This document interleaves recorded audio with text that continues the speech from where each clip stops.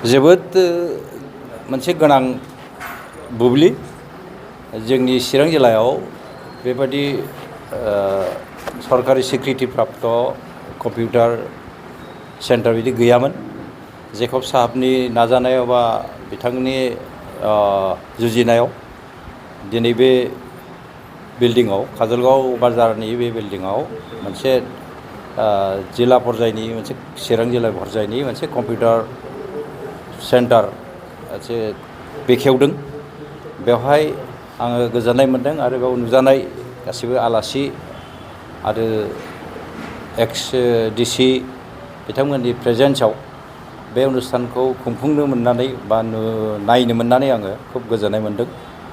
बियो जोंनि जिल्लायाव जेसेबांनाखि एक्सपिरियेन्स स्टुडेन्ट दङ बा बे रोखोमै साख्रिनि एक्सपिरियेन्स बा इनफरमेशन टेक्न'लजिनि एक्सपिरियेन्स लुबैनाय बे जिनिसखौ सुफुंनो हागोन आरो समाजाव मोनसे गोनां गोहोम खोख्लैगोन।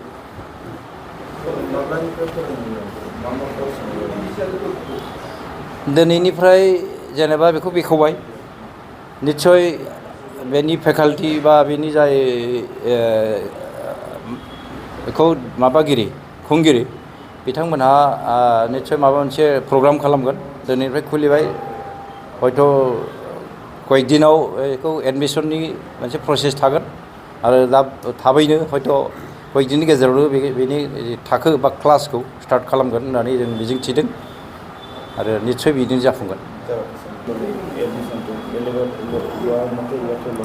हमारी district computer centre is a government recognise centre. हमारे यहाँ क्लासेस हो on government recognise courses. 1 number courses हमारे 3 months course government recognise, 6 months course तार पिছত 1 year प्रोग्राम।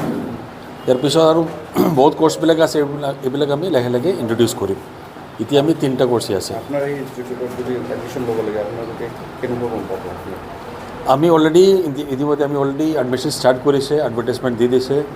আমার সিম্পল প্রসেস, একটা এডমিশন ফর্ম আছে, অ্যাপ্লিকেশন ফর্ম আছে, এটা ফিল আপ করে ল'ব। অ্যান্ড যেকোনো 2টা documents, for example if you are a matric student, matric admit card and one other ID proof দিলে আমার প্রসেসটা স্টার্ট কৰিব পাৰিব। লোকেশন আছে, এইটো হয় কাজলগাঁও বাজাৰ। ইয়াতে তলতে এটা অপো শ্ব'ৰুম আছে, এই শ্ব'ৰুমৰ 2nd ফ্ল'ৰতে আছে আমাৰ কাজলগাঁও বাজাৰত।